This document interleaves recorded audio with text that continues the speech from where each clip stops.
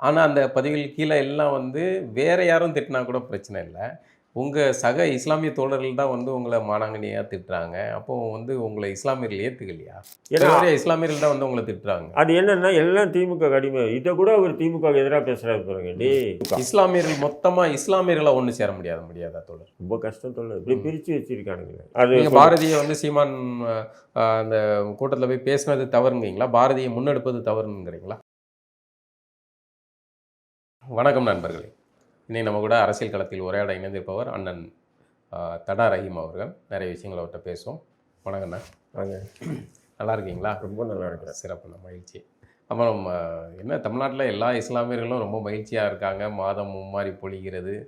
நீங்க ஒரு ஆள் மட்டும் தான் வந்து ஒரே திட்டிட்டே இருக்கீங்களே! என்னதான் உங்களுக்கு பிரச்சனை? என்னன்னு சொல்லுங்க. இன்டர்நேஷனல்ல இருந்து பெட்டி வருதா உங்களுக்கு? ஏன் அப்படி இந்த திராவிட நான் என்ன மாடல சொல்றேன்னு வந்து சொன்னா, திமுகவை நம்ம பாஜகவை எப்படி எதிர்க்கிறோமோ, ம், அதே இது திமுக ஏதாவது தவறு செஞ்சா எதிர்க்கிறோம். ம். ஆனா பாஜக எதிர்க்கும்போது நீங்க நான் பாஜக கிட்ட இருந்தா பெட்டி வாங்கிட்டு திமுகவை எதிர்க்கிறீங்கங்கிறது தானே குற்றச்சாட்டு. குடுத்தாலும் பரவாயில்ல வாங்கி வச்சுட்டு தரவும் செய்யறத மாட்டுக்காங்க. கொடுக்கவே மாட்டேன்றானுங்களே. அவன் நமக்கு எப்படி தோல்வி கொடுப்பான்? அவன் கொடுக்க வேண்டியதும் கொடுப்பான். நமக்கு நீங்க கொடுக்க பெருவாரியா மாட்டான். நான் வந்து பார்க்குறேன் உங்களுடைய ஆமா. பதிவுகளுக்குள்ள, வந்து நீங்க இஸ்லாமியர்கள் உடைய பிரச்சனைகள எழுதுறீங்க. ஆனா அந்த பதிவுகள் கீழ எல்லாம் வந்து வேற யாரும் திட்டினா கூட பிரச்சனை இல்ல. உங்க சக இஸ்லாமிய தோழர்கள் தான் வந்து உங்கள மானாங்கண்ணியா திட்டுறாங்க. அப்போ வந்து உங்கள இஸ்லாமியர்கள் ஏத்துக்கலையா? இல்லன்னா நீங்க ஒரு நீங்க விஷயத்த பார்த்தீங்கன்னா, இந்த ம், திமுக அடிமைகளா இப்ப சில முஸ்லீம்கள் இருக்காங்க. அண்ணா அறிவாலி அடிமைன்னு தான் சொல்லலாம். ஓ, திமுக அடிமை கூட அண்ணா அறிவாலயத்துக்கு அடிமையாகும். இவங்க யாருன்னு சொன்னா, இப்ப திமுக. திமுகல சில முஸ்லீம்கள் இருக்காங்க. அப்ப அவங்கலாம் நம்மள எதிர்க்கிறாங்க. திமுக கூட்டணியில இருக்கக்கூடிய இஸ்லாமிய அமைப்புகள்னு பார்த்தீங்கன்னா, பெரும்பாலும் பெரிய அமைப்புகள்லாம் திமுக கூட்டணியில தான் இருக்கு. அப்ப அதுல உள்ளவங்கலாம் நம்மள எதிர்க்கிறான். ம், அதன் பிறகு விடுதலை சிறுத்தை, கம்யூனிஸ்டுகள், ம், காங்கிரஸ் அப்போ இந்த பயலுங்க எல்லாம் சேர்ந்து தான் என்ன ஆகுதுன்னு சொன்னால், நான் இந்த திமுகவினுடைய முஸ்லீம் விரோத போக்குகளை பொது வெளியில் கொண்டு வரும்போது இவனுங்களுக்கு ஒரு அதிர்ச்சியாக இருக்குது. ம், புரியுதுங்களா? ம். ஏன்னா நான் போடுறது வந்து இளைஞருக்கு மத்தியில் நல்லா ரீச் ஆகுது. நீங்கள் பார்த்துருப்பீங்க ஃபேஸ்புக்கில் கூட ஆமா. சரி, ஒரு 50,000 ஃபாலோவர்ஸ் மாதிரி. அது வந்து என்ன நிறைய பேர் என்கிட்ட அட்வைஸ் பண்ணுவாங்க. பாய் நீங்கள் போடுற கருத்தெல்லாம் சூப்பர் பை. சரிதான். நீங்கள் போடாதீங்க பை. ஏன்னா பசங்களை விட்டு போய் அவனுக்கு நல்லா தெரியும். பசங்க விட்டு போட்டால் ரீச் ஆகாது. புரியுதுங்களா? அ, நான் வந்து எப்படி நான் அந்த ட்விட்டர் ஆகட்டும், ஃபேஸ்புக் ஆகட்டும், இன்ஸ்டாகிராம் இருக்கட்டும், யாரையும் பசங்களை வச்சு போட மாட்டேன். டைப்பிங் கூட நானே தான் பண்ணுவேன். ம். நானே தான் போடுவேன். வேற யாரும் வச்சு போட அட்மின் மாட்டேன். கிடையாது. நான் போட மாட்டேன். ம், அது நானே தான் போடுவேன். ம். இதுவரையிலும் நான் அதை ஃபாலோ பண்ணிட்டு வரேன். ஏன்னா நம்ம யார்கிட்ட கொடுத்து அவன் கண்ட மணிக்கு அவன் எதாவது எதையாவது போட்டு போட்டு தேவையில்லை அப்படின்னு. ஆனால் நான் யாரை எதிர்க்கணும்னாலும் தைரியமாக எதிர்ப்பேன். நீ திட்டியா திட்டிக்க, அது உன்னுடைய வேலை. திட்டுறது உன் பழப்புன்னா நான் விமர்சனம் பண்ணுவது என்னுடைய இது. நான் யாரையுமே கொச்சே விமர்சனம் மாட்டேன். திராவிட மாடல் வந்து அவர்கள் பாஷையில் நான் வந்து அதை சொல்ல மாட்டேன். அவர்கள் பாஷையில் சிறுபான்மையினருக்கு ஆதரவாக இருக்காங்க. நான் அவங்கள வந்து பெரும்பான்மையா தான் பார்ப்பேன். நான் அவங்கள மதமா பார்க்கல. ஆனா அவங்கள ஆதரவா இருக்காங்க. அவர்களுக்கு தேவையான இதெல்லாம் செஞ்சு குடுக்குறாங்க. இதுல உங்களுக்கு தடா ரஹீம்க்கு என்ன பிரச்சனை? கடாரைங்களுக்கு ஒன்றும் பிரச்சனை இல்லை. ம், இது தேவையில்லாத ஆணின்றேன் நான். ம், ஏன்னு சொன்னால் எந்த முஸ்லீமும் ஹஜ் இல்லம் தரங்கன்னு சொல்லி திமுக கிட்ட கோரிக்கை வைக்கல. ம், முஸ்லீம் சிறைவாசிக்கு விடுதலை செய்ய சொல்லி இப்போ சமீபத்தில் கூட கடைநல்லூர் போகும்போது அங்கே உள்ள இஸ்லாமிய இளைஞர்கள் முதல்வர்கிட்ட சிறைவாசிகளை எப்போ விடுதலை பண்ணுறீங்கன்னு கேட்குறாங்க. நெல்லைக்கு போகும்போது கேட்குறாங்க. புரியுதுங்களா? ம், ஆ ம், ஆனால் ஹஜ் இல்லம் தரக்கு சொல்லி எந்த முஸ்லீமும் கேட்கல. எந்த முஸ்லீம் அமைப்பும் கோரிக்கை வைக்கல. ம், ஆனால் ஹஜ் இல்லம் அடிக்கல் நாட்டு விழாவில் போய் நின்றுட்டு நீண்ட நாள் கனவுன்னு ஒரு தலைவர் பேசுகிறாரு, ஒரு அமைப்பு தலைவர், இன்னொரு அமைப்பு தலைவர் இது திராவிட மாடலால் தான் இது போன்ற இதெல்லாம் நடக்கும்ன்றாரு. சரியா? இப்போ ஹஜ்ஜு எல்லாம் அடிக்கல் நாட்டிட்டீங்க, நாளைக்கு கட்டி போயிட்டீங்க. இது யாருக்கு லாபம்? ஹஜ்ஜு என்பது குறிப்பாக வந்து ஏழைகளுக்கு போகணுன்றது அவசியம் இல்லை. ம், கடன் வாங்கிட்டு ம். பிச்சை எடுத்துகிட்டு போகணுன்ற அவசியம் இல்லை. ஓ, உங்களிடம் செல்வம் இருந்து ம், பணக்காரராக இருந்தீங்கன்னா உங்களுக்கு ஹஜ்ஜு கடமை. ஓ. அப்படிதான் வந்து குரான்ல ஆமாம், சொல்லப்பட்டிருக்கா? குரான் அதை மார்க்கமே அதுதான் சொல்லுது. ஓ. ஏழைகளாக இருந்துட்டு போகணும், கண்டிப்பாக போய் ஆகணும்னு சொல்லி அது சொல்லவே இல்லை. ஒரு இஸ்லாமியருடைய வாழ்நாள் கடன்னா வந்து அது இருக்கக்கூடாதா? 5 கடமைகள் அதுவும் ஒன்று. ஆனால் அந்த 5வது கடமையில் அதில் வந்து கண்டிஷன் இருக்குது. என்னென்னா செல்வந்தர்களுக்கு மட்டும்தான் அது. ம். ஏழைகள் போகணுன்றது அவசியம் இல்லை. பொருளாதார தன்னிறைவோட இருக்கன்னா வா. வா, இல்லைன்னா போகாத. இதுதான். அப்படி இருக்கும்போது இப்போது அரசு சார்பாக போகிறாங்க இல்லையா? அரசு ஒவ்வொரு ஹஜ் கமிட்டி சார்பாக போவாங்க. ஹஜ் கமிட்டி சார்பாக போகிறது பார்த்தீங்கன்னு சொன்னால் இப்போ ப்ரைவேட்டில் போனால் 8 லட்ச ரூபா ஆகும். ம், ஹஜ் கமிட்டி சார்பாக போனால் 5 லட்ச ரூபா, 4.5 5 லட்ச ரூபா, 4 லட்சம் வச்சுங்க. 4 லட்ச ரூபா வருது. குறிப்பாக ஒரு ஹாஜி வந்து ஹஜ்ஜுக்கு போகணுன்னு சொன்னால் சவுதிக்கு போயிட்டு வரணும்னா 50,000 ரூபா ஃப்ளைட் டிக்கெட் வைங்க. Up and down. அதாவது நான் சொல்கிறேன், சவுதி ஏர்லைன்ஸில் போயிட்டு வந்தால் 50,000 ரூபா. ம், ஒரு 50,000 ரூபா செலவு வச்சிங்களா, 1 லட்ச ரூபா ஆச்சு. அப்புறம் ஒரு 50,000 ரூபாய் வந்து அந்த ரூமு கீமு அப்படின்னு வச்சிங்க. மொத்தமே ஒரு 2 லட்ச ரூபா செலவழிச்சினா கூட அரசாங்கத்துக்கு ஒவ்வொரு ஹாஜி மூலியமா 2 லட்ச ரூபாய் லாபம். ம். நல்லா புரிஞ்சுங்க. ஒவ்வொரு ஹாஜிக்கும் 2 லட்ச ரூபாய் லாபம். ஓ. அப்போ குறைஞ்சது இந்தியாவில் வந்து 10 லட்சம் பேருக்கு மேலே போகிறாங்க வருஷம். ம். அரசு மூலயமா. ம். அதெல்லாம் ப்ரைவேட்டாக போகிறாங்க. ஒவ்வொரு ட்ராவல்ஸ் வச்சுக்கிட்டு ம். அவன் விசா எடுத்து அவன் வேற எங்கேனா தங்க வச்சுட்டு போகிறாங்க பார்த்தீங்களா? பார்த்தீங்கன்னா அது ஒரு 5 லட்சம் பேர் ஹஜ் போகும். பயணிகளை அரசே அனுப்புது. அது அது அதுக்கு அரசு வந்து ஒரு நபருக்கு 4,5 லட்ச ரூபா கொடுக்காங்களா? அவன் 4 லட்ச ரூபா 4 லட்ச ரூபா ஆகுதுன்னு வச்சுக்கலாம். சரி. அதில் ஒரு ஹஜ்ஜுக்கு குறைஞ்சபட்சம் 1.5 லட்ச ரூபா கவர்மெண்ட்டுக்கு லாபம். புரியுதுங்களா? ம். இதன் மூலியமா இல்ல, கவர்மெண்ட் அரசு தானே அந்த பணம் கொடுக்குது. 4,5 லட்ச ரூபா ஒதுக்குது. ஐயோ இதுதான் இப்படி தான் வந்து இந்த ஆர்எஸ்எஸ் பாஜக வந்து பொது தளத்தில் விமர்சனம் பண்ணுறாங்க. ஹஜ்ஜு மானியம்னு கொடுக்குறான். இந்த ஹஜ்ஜு மானியம்னா இந்த ஆர்எஸ்எஸ்காரர் என்ன பண்ணுறாங்க, கோயிலுடைய வருமானங்களை எடுத்து ஹஜ்ஜு மானியம்னு சொல்லி பல கோடி ரூபாய் இறைக்கிறாங்க. இப்படி தான் பிரச்சாரத்தை கொண்டு வராங்க. ஆனால் உண்மையில் என்ன சொன்னால், ஹஜ்ஜு மானியம் வந்து 1982, 85 வாக்கில் இந்திரா காந்தி பிரதமராக இருக்கும்போது முதல் டாடா கிட்டேருந்து பொதுத்துறை நிறுவனம் விமானத்தை வந்து இந்திரா காந்தி வாங்குறாங்க. வாங்கும்போது அப்போது விமானத்தில் வந்து பயணிகள் வந்து அந்த இது பண்ண இல்லையா, அதை ஒரு விளம்பரம் மாரி, அதாவது நிறைய பேர் போகணும், அதாவது விமானத்துறையை ஊக்குவிக்கிறதுக்காக. அதுக்கு முன்னாடி ஹாஜிகள் எல்லாம் கப்பலில் தான் போயிட்டு இருந்தாங்க. அப்போ வந்து ஒவ்வொரு வருஷம் 5 லட்சம் 10 லட்சம் பேர் கப்பலில் போகிறாங்க இல்லையா? அப்போ இவங்க ஏன் விமானத்தில் போக மாட்டேன்றாங்க அப்படின்ற ஒரு கேள்வி வருது பாராளுமன்றம். அப்போது என்ன சொல்கிறாங்கன்னு சொன்னால், கப்பலில் போகிறதுக்கும் விமானம் போகிறதுக்கும் ஒரு 13,500 ரூபா வித்தியாசம் இருக்குது. அப்போ அந்த 13,500 ரூபாய் மானியம் கொடுங்க. என்னது 13,000 மானியம் கொடுங்க. இதுதான் ஹஜ்ஜு மானியம் என்பது. புரியுதுங்களா? அந்த 13,500 ரூபாய் தான் கடந்த 4 ஆண்டுக்கு முன்னாடி வரையும் நடந்துட்டு இருந்தது. இப்போ மத்திய அரசு வந்து ஹஜ் மானியம் ரத்து பண்ணிட்டான். அதுக்கு வந்து இல்லம்மா தேவையில்லைன்னு நான் அவ்வளோ காசு கட்டி போறவன் வந்து தங்கிட்டு போறேன். இப்போ நான் 5 லட்ச ரூபாய் செலவு பண்றேன். அந்த ஒரு நான் 2 நாள் தங்கி இருந்து ஏர்போர்ட்டில் ஏறி போறதுக்கு ஒரு 10,000 ரூபாய் செலவுமா?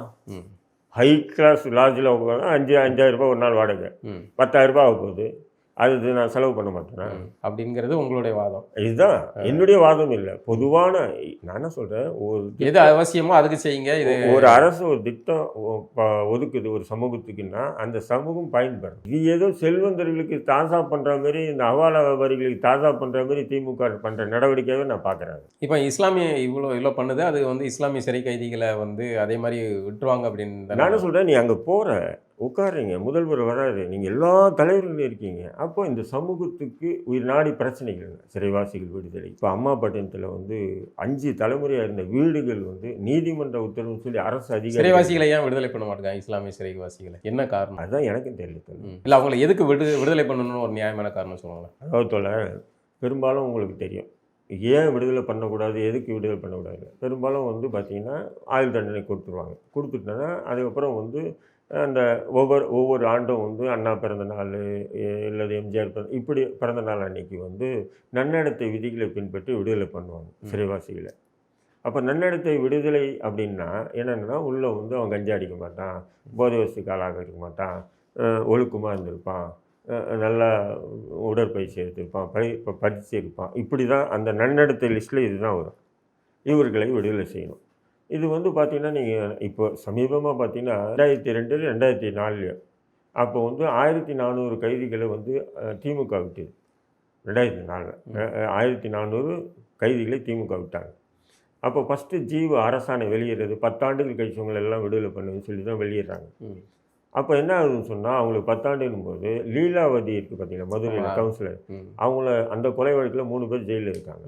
அவங்க 7 வருஷம் கூட கழிக்கல, 6.5 வருஷம் தான் இருக்காங்க. அப்போ 10 ஆண்டுன்னா அவங்க விடுதலை ஆக முடியாது. அப்போ அந்த ஜீவை உடனே வாபஸ் வாங்கி கலைஞர் என்ன பண்ணுறாரு, 7 ஆண்டுகள் முடிஞ்ச அனைத்து ஆயுள் தண்டனைக்கு விடுதலைன்றார், தங்களுடைய ஆட்களை வந்து விடுதலை பண்ணுறதுக்காக. அப்போ என்ன பண்ணுறாங்க, அந்த 3 பேர் விடுதலை ஆகிறாங்க. அந்த 3 பேர் சாதாரணமான குற்றவாளி இல்லை. அதாவது உச்சநீதிமன்றத்தில் என்ன சொல்கிறாங்கன்னா, மனித சஞ்சலத்தில் வாழ தகுதியற்றவர்கள் தான் தீர்ப்பு. சிறையில் காலம் முழுக்க சிறையிலே இருக்கணும். அது போன்ற நபர்களையே விடுதலை வச்சாங்க. அதேமாரி நீங்கள் வந்து இந்த அண்ணா இந்த வேளாண் பல்கலைக்கழக பஸ் எரிப்பு வழக்கில் அதிமுகவை சேர்ந்தவங்க 2 முறை தூக்கு தண்டனை பெற்று 3வது முறை தான் அவங்களுக்கு அந்த ரிவ்யூ மூலிமா அவங்களுக்கு ஆயுள் தண்டனை ஆக்கினாங்க. 2019 எடப்பாடி பழனிசாமி ஆட்சியில் அவங்களும் விடுதலை செய்யப்பட்டாங்க. அவங்க மட்டும் இல்லாமல் 900 பேர் விடுதலை செய்யப்பட்டாங்க. அதேமாரி நம்ம 7 பேர் விடுதலை செய்யப்பட்டாங்க. இப்படி எல்லாரும் விடுதலை செய்யப்படும்போது நான் விடுதலைன்னு கேட்குறது தப்பா? ஏன்னா எல்லாமே 20 ஆண்டுகளுக்கு 25 ஆண்டு 28 ஆண்டுகள் கழித்தவங்க தானே. அப்போ நான் இஸ்லாமிய சிறைவாசிகள் விடுதலைன்ற கோரிக்கையை முன்வைக்கிறேன். அது சமூகத்தில் மிக முக்கியமான பிரச்சனையாகுது. குறிப்பாக நாம் தமிழர் கட்சியினுடைய தலைவர் சீமான் வந்து அவர் கட்சி சார்பாக மற்ற கட்சி தலைவரெல்லாம் இப்போ விடுதலை சிறுத்தை திருமாவளவன் கூட பார்த்தீங்கன்னா நான் ஒரு கூட்டம் போட்டேன்னா என் கூட்டத்தில் வந்து பேசுவார். ஆனால் அவர் கட்சி சார்பாக ஒரு கூட்டம் போட மாட்டார். புரியுதுங்களா? ஆனால் சீமான் வந்து தமிழ்நாடு முழுக்க ஒரு 5 இடத்துல மிக பிரம்மாண்டமாக நடத்தினார். அதன் பிறகு அதிமுகவினுடைய மாநாட்டிலேயே முக்கிய தீர்மானமாக இதை நிறைவேற்றினாங்க. அப்போ இதெல்லாம் பார்த்தோன்னே திமுகவுக்கு ஒரு என்னடா இப்படி எல்லாம் பண்ணுறாங்களே. அப்போ சட்டமன்றத்தில் எடப்பாடி பழனிசாமி அந்த கோரிக்கையை வச்சுட்டாரு. நான் விடுதலை பண்ண சொல்கிறேன், உங்களை எதிர்க்கிறது யார்? விடுதலை பண்ணுங்க. எதிர்கட்சியான நாங்களே வந்து நீங்கள் தேர்தலுக்கு முன்னாடி வாக்குறுதி கொடுத்துருக்கீங்க, இந்த வாக்குறுதி நிறைவேற்றுங்க, நாங்கள் தான் எதிர்ப்பு தெரிவிக்கணும், நாங்களே விடுதலை பண்ண சொல்கிறேன் அப்படின்னு சொல்லி சொன்னார். அது வந்து திமுகவுக்கு ஒரு விதமான ஒரு அதிர்ச்சி ஆயிடுச்சு. என்னடா இப்படி பேசுகிறேன். அது மட்டும் இல்லாமல் அவர் 97 கலவரத்தையும் சொல்லிட்டார். யார்? எடப்பாடி பழனிசாமி 1997 19 இஸ்லாமியர்கள் கொல்லப்பட்டாங்களே, அவங்கன்னா புல்தொடிக்கு விழுந்தா செத்தாங்க. 97 குண்டடிப்பு. கலவரத்துக்கு பிறகு தான் குண்டடிப்பு. அந்த கலவரத்துக்கு காரணமாக தான் குண்டடிப்பு நடத்துகிறாங்க. அப்போ 97 19 இஸ்லாமியர் செத்தாங்க. இஸ்லாமியருடைய சொத்துக்கள்லாம் வந்து சூறையாடப்பட்டது அப்படின்னு சொல்லிட்டு சமூக விரோதின்னு சொல்லிட்டார். RSSன்னு சொல்லாமல் சமூக விரோதின்னு சொல்லிட்டார். அப்போது திமுக ஆட்சியில் இருந்தது. அப்போ அந்த 19 பேர் கொண்டவங்க குற்றவாளிகளை யாருக்கு தண்டனை கொடுத்தது போலீஸு அப்படின்னு சொல்லி கேட்டவுடனே திமுகவுக்கு நேரடி ஒளிபரப்பை ரத்து பண்ணால் அவர் வெளியே வந்து பேட்டி கொடுத்துட்டு போயிட்டாருன்னு நீங்கள். அதுக்கப்புறம் தான் என்ன பண்ணாங்க, இப்போது முஸ்லீம்களுக்கு ஆதரவாக பேசுகிறேன்னா முஸ்லீம் சட்டமன்ற உறுப்பினருக்கு என்னங்க சொல்லணும்? வரவேற்கணுமா இல்லையா? எதிரியாக இருந்தால் கூட சரி, ஒரு சமூகத்தினுடைய உயிர் நாடி பிரச்சனையை பற்றி சட்டமன்றத்தில் பேசும்போது ஆலு ஷானவாஸாக இருக்கட்டும், இல்லை அப்துல் சமதா இருக்கட்டும், பேராசிரியர் ஜவஹர்லால் இருக்கட்டும், எல்லாமே வெளியே வந்து என்ன சொன்னோம், எதிர்கட்சி தலைவர் எடப்பாடிக்கு நன்றி சொல்லணும்னு சொன்னோம். அதை விட்டு இவனுக்கு என்ன பண்ணுறானுங்க, ஏன்னா திமுக அடிமையாச்சா. ஆலு ஷானவாஸ் சொன்னோம் 10 வருஷம் இவர் இருந்தாங்களே அதிமுக ஆட்சி இருந்தா ஏன் விடுதலை பண்ணல மாத்திராராம். 10 வருஷம் அவர் இருந்தாங்க, அவரை வாக்குறுதி கொடுத்தாரு. கொடுத்தது உங்கள் முதல்வர்டா. இந்த அடிப்படை அறிவு கூட இல்லை. அவர் வந்து நம்ம சமூக பிரச்சனைக்கு குரல் கொடுக்குறாருன்னா நானெல்லாம் இருந்தேன்னா உட்காம எந்த கட்சியாக இருந்தாலும் போய் கட்டி பிடிச்சி அணைச்சி வாழ்த்து தெரிவிக்கணுமா இல்லையா தோல? அந்த அடிப்படை அரசியல் அறிவு கூட இவனுங்களுக்கு இல்லை தோல. அப்போ அவனுக்கு அந்த சமூகப்பற்று இல்லை. அண்ணா அறிவாலே அடிமையாக இருக்கணும். இதுதான் அவனுடைய கோரிக்கை. ஆனால் பொதுத்தளத்தில் பேசும்போது பெரிய யோகிய மயிர் மாரி பேசுவானுங்க. இப்போ எனக்கு கோபம் வருமோ வராதா? அப்போ இது பொதுத்தளத்தில் விமர்சனங்களாக வைக்கிறாங்க. அப்போ என்ன பண்ணுறாங்க, கொஞ்சம் பேருக்கு வந்து இடைக்கால ஜாமீன் கொடுக்குறாங்க நீதிமன்றம் மூலிமா, சிலருக்கு பரோல்னு கொடுக்குறாங்க, சில பேருக்கு உச்சநீதிமன்றம் இடைக்கால ஜாமீன். இப்படி வெளியே வந்தாங்க. வெளியே வந்து பார்த்திங்கன்னா ஒரு 40 பேர், அதில் வந்து ஒரு 8 பேர் வந்து விடுதலை ஆகிட்டாங்க. சாதாரணமாக கேஸு விடுதலை. மற்ற பேருக்கு மட்டும் 3 மாதம் ஒரு பரோல் கொடுத்துன்னு 2 வருஷமும் வெளியே இருந்தாங்க. திடீர்னு நீதிமன்றம் என்ன பண்ணுச்சு, நான் என்ன போஸ்ட் பண்ணேன் 3 மாதத்துக்கு ஒரு நான் ரெனியூ பண்ணிகிட்டே இருக்குது. அரசு சட்ட விதி என்ன சொல்கிறது, ஜெயில் மேனுவல் என்ன சொல்லுது, அரசு அவர் சாகும் வரையிலையும் கூட ஜாமீன் பரோல் கொடுக்கலான்னு இருக்குது. பரோல் கொடு, இல்லையா அவங்கள விடுதலை பண்ணு. அதை விட்டு நான் போஸ்ட்மாஸ்டர் வேலையெல்லாம் நாங்கள் பண்ண மாட்டோம், நீதிமன்றம் தூக்கி போட்டுச்சு. இப்போ என்ன பண்ணிட்டாங்க, எல்லாம் ஜெயிலில் போயிட்டாங்க. இப்போ 15 பேருக்கு மேலே ஜெயிலில் போய்ட்டாங்க. இது சம்பந்தமாக இந்த இஸ்லாமிய அமைப்பு தலைவர்கள் அந்த மீலாது விழாவில் வந்து உட்காந்துருக்காரு. அங்கே எவனோ ஒருத்தர் பேசினானுங்கன்னா எவ்வளோ நல்லா இருக்கும். பேசலையே தோழர், எல்லாம் ஒன்லி புகழ் மாலை. நீ புகழையா வான அளவுக்கு புகழ்ந்துட்டு கோரிக்கை அந்த கோரிக்கை வைக்கணுமா வைக்கணும் அப்படிங்கிறது. அந்த பேருந்து விபத்து கூட இப்போ 2 நாளைக்கு முன்னாடி நடந்தது. வழக்கமாக பேருந்து விபத்து நடந்தால் அது அரசு வந்து அந்த ஓட்டுநரை பாதுகாக்கத்தான் செய்வாங்க. இதில் ஒரு மாதிரி வித்தியாசமாக தெரியுது என்னமோ. இல்லை, புகைப்படம் வெளியிட்டிருக்காங்க. அவர் தாடி வச்சுக்கிட்டு இது பண்ணால் முஸ்லீம்ன்ற புகைப்படத்தை வெளியே எல்லா ஊடகங்களும் போகிறாங்க. இதுக்கு முன்னாடி புகைப்படம் எந்த ஓட்டுநருடைய புகைப்படமும் வெளியிட மாட்டாங்க. அங்கே இறந்தது யாருன்னு சொன்னால் முஸ்லீம்கள் தான். அது காரில் வந்து 2 காரில் வந்தவங்க முஸ்லீம்கள் தான். அவங்களும் இறந்து 8-10 பேர்கிட்ட இறந்தவங்க முஸ்லீம்கள் தான். இதை அவசரமாக இந்த புகைப்படத்தை எப்படி வெளியிட்டாங்க? ஒன்று இல்லை, ஒரு பேருந்து விபத்து நடந்தால் ஓட்டுநருடைய புகைப்படம் போடதானே செய்வாங்க. இல்லை, பெரும்பாலும் போட மாட்டாங்க. ஏன்னு சொன்னால் ஓட்டுநர் வந்து எப்போவுமே அதாவது வழக்கு பதிவு செய்வாங்க, கைது கூட பண்ண மாட்டாங்க, வழக்கு பதிவு செய்வாங்க. பட் இது வந்து பார்த்தீங்கன்னா அது போன்ற விபத்து இல்லை, இது டயர் வெடித்து விபத்து. அப்போது யார் மேலே ஃபால்ட்டு? அரசு மீது தான் ஃபால்ட். நிர்வாகம் பேருந்து நிர்வாகத்தை இயக்குனர் மீது வழக்கு போடலாம். அல்லது பேருந்து பராமரிப்பாளர்கள்னு கொஞ்சம் பேர் இருக்கானுங்க. இப்போ பிரைவேட்டுக்கு கொடுத்து வச்சுருக்கான், அவங்க மீது வழக்கு தொடுக்கணும். அதை விட்டு டிரைவர் மீது வழக்குன்னு சொல்லிட்டு நீங்கள் புகைப்படத்தோடு நீங்கள் போட்டேன்னு சொன்னால் அப்போ இது வந்து தவறா சரி? இதுக்கு நான் போட்டால் நீங்கள் சொல்கிற மாதிரி நம்ம ஆளுங்களே வந்து என்னை திட்டுறாங்க. ஏன்னா இஸ்லாமியர்கள் தான் வந்து உங்களை திட்டுறாங்க. அது என்னன்னா எல்லாம் திமுக கடிமை. இதை கூட அவர் திமுக எதிராக பேசுகிறாரு பாருங்க. நான் என்ன சொல்கிறேன், விபத்து நடந்தால் வழக்கு பதிவு செய்து இயல்புடா, இது விபத்து இல்லைடா, இது வந்து பராமரிப்பு உடைய தவறுகள், குளறுபடி, அரசனுடைய குளறு, பேருந்து நிர்வாகத்தினுடைய குளறுபடி. அதுக்கு டிரைவர் என்ன பண்ணுவான்? புரியுதுங்களா உங்களுக்கு? இதை சொன்னால் கூட அவங்களால ஜீர்ணிக்க முடியல தோல. அதுதான் சொல்கிறேன்னா, அதை ஏன் அதுக்கு அந்த இஸ்லாமிய அமைப்பு இப்படி இருக்காங்கன்னா, இந்த அமைப்பினுடைய எல்லாம் திமுக. இஸ்லாமியர்கள் மொத்தமாக இஸ்லாமியர்களை ஒன்று சேர முடியாதா தோழர்? ரொம்ப கஷ்டம் தோல. இப்படி பிரித்து வச்சிருக்கானுங்க. இப்போ என்ன பண்ணுறாங்க, விசிக அட்டவணை பிரிவினர் எப்படி பிரித்து விட்டுருக்காங்க. அதே மாதிரி இப்போ என்ன பண்ணுறானுங்கன்னா, பிஜேபி வந்துடும் ஓட்டு போட்டு, பிஜேபி வந்துடும் ஓட்டு போட்டு. இவன் பாருங்க, தமிழ்நாட்டில் எதிர்கட்சி யார் தோல? எதிர்கட்சி யார்? அதிமுக. இவன் அதிமுக முன்னிலைப்படுத்தி அரசியல் பண்ண மாட்டாங்க. பாஜகன்னு ஏன்னா பாஜகன்னு சொன்னா சிறுபான்மை மற்றும் ஒடுக்கப்பட்ட மக்களுடைய வாக்கு. பூச்சாண்டியை பார்த்து இங்கே வந்துடுவாங்க அப்படிங்கிறது. இப்போ அண்ணன் திருமாவளவன் தலைமையில் திருப்பங்குன்றத்தில் பெரிய மனித சங்கிலி ஆர்ப்பாட்டம் நடத்தினாங்க. வரவேற்கிறேன், நல்ல விஷயம்தான். அங்கே ஆர்எஸ்எஸ் பாஜக இறங்கி பெரிய கலாட்டா பண்ணும்போது இவங்க பண்ணாங்க, வரவேற்கக்கூடிய ஒரு விஷயம் தான். அதே நேரத்தில் அங்கே பேசின திருமாவளவன் உட்பட யாருமே திமுகவை டச்சே பண்ணல. ஏன் சொன்னால் அந்த திருப்பரங்குன்ற பிரச்சனையை ஆரம்பிச்சது யாருன்னா திமுக. மேலே ஏறக்கூடாதுன்னு தடுத்து ஏறத்துள்ள police inspector, Tamil Nadu police inspector.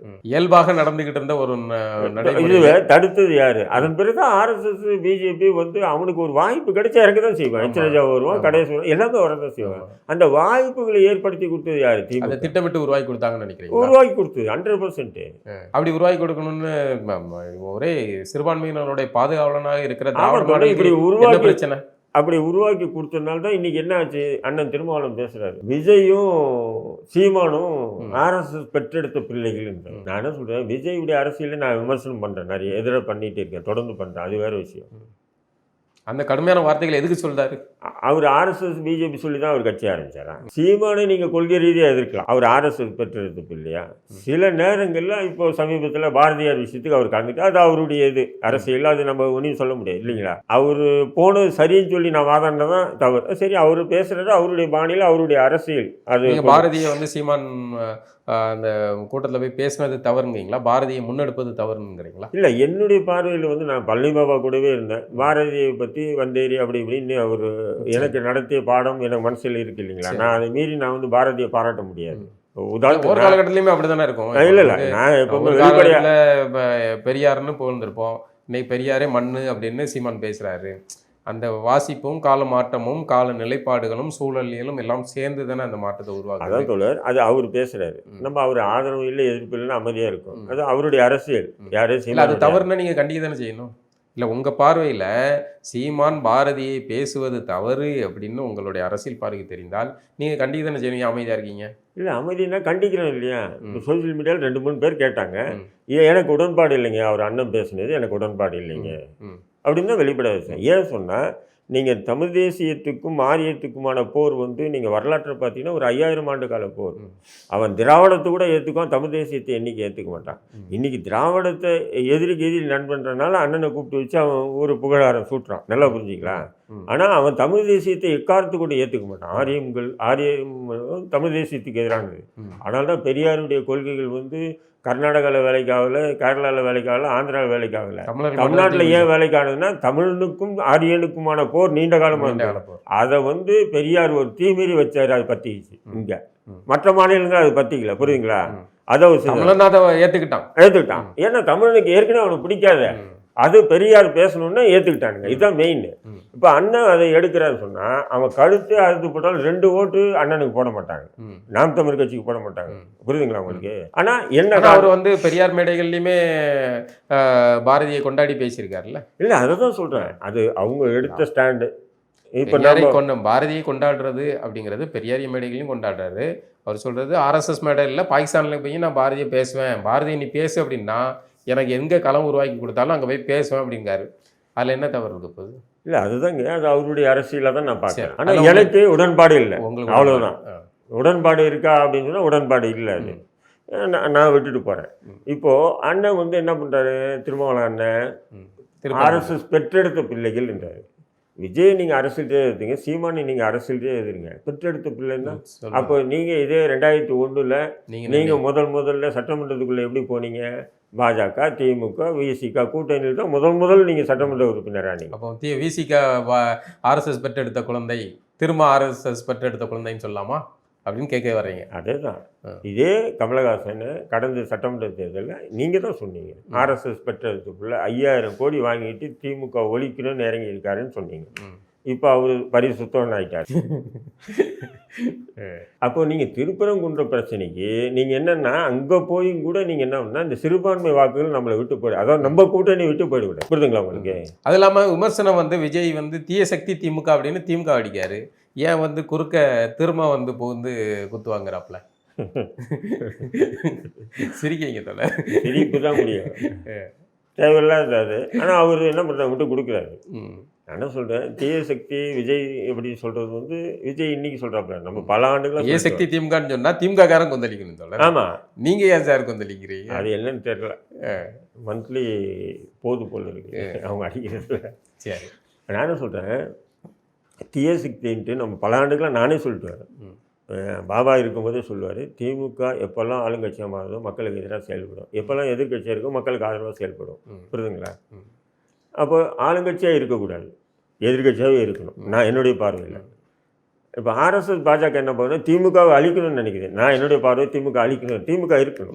ஏன்னா அது மக்களுக்காக செலவுப்படும். எதிர்கட்சியாக இருந்து என்னைக்கு ஆளுங்கட்சியாக மாறுதோ நிச்சயம் அது மக்களுக்கு விரோதமாக செயல்படும். அதுக்கு நம்ம இப்போ இந்த 4.5 ஆண்டு கால ஆட்சியை நம்ம பல விஷயங்களை பார்க்கலாம். இப்போ நீங்கள் வந்து பரந்தூர் விமான நிலைய விவசாயிகள் போராடுறாங்க, அந்த விவசாயத்துக்கு நீங்கள் நானும் அந்த விவசாயிகளுக்கு ஆதரவாக போனவங்க நம்மளை அரெஸ்ட் பண்ணி உள்ள போகிறோம். மேல்மா சிப்காட் விஷயத்துக்கு விவசாயிகள் தொடர்ந்து போராடுறாங்க. நீங்களும் எதிர்கட்சியாக இருந்தால் இந்நேரத்துக்கு அவர்கள் கொந்தளிச்சு அங்கே அப்பா என்ன எதிர்கட்சியாக இருந்தீங்கன்னா இந்நேரம் வந்து திமுக அத்தனை நிமிடங்கள் அவங்கள சுத்திட்டே இருக்கும். எப்படி இந்த தூத்துக்குடி ஸ்டெர்லைட் விஷயத்துக்கு உணர்வு பூர்வமா அப்படி அணுகி ஐயோ கொந்தளிப்பு உருவாகி இருப்பாங்க. அப்போ போராட்டங்களுக்கு கூட திமுக வந்து அனுமதிக்காது. அதுதான் அரச பயங்கரம். மற்ற அதிமுக ஆட்சியில் கூட இப்போ ஷாஹின் பாக்குன்னு சொல்லிட்டு சிஏக்கு எதிராக போராட்டம் நடத்துறாங்க, நீங்கள் பார்த்தீங்களா? அப்போது சிஏ கொண்டு வரும்போது திமுக ஆளுங்கட்சியாகும், அதிமுக எதிர்கட்சியாக இருந்திருந்தா ஷாஹின்பாக் போராட்டத்தை ஒரே நாள் ஆட்சி வச்சுட்டு முடிச்சிருப்பாங்க. ஆமாம் தோழர், முடிச்சிருப்பாங்க.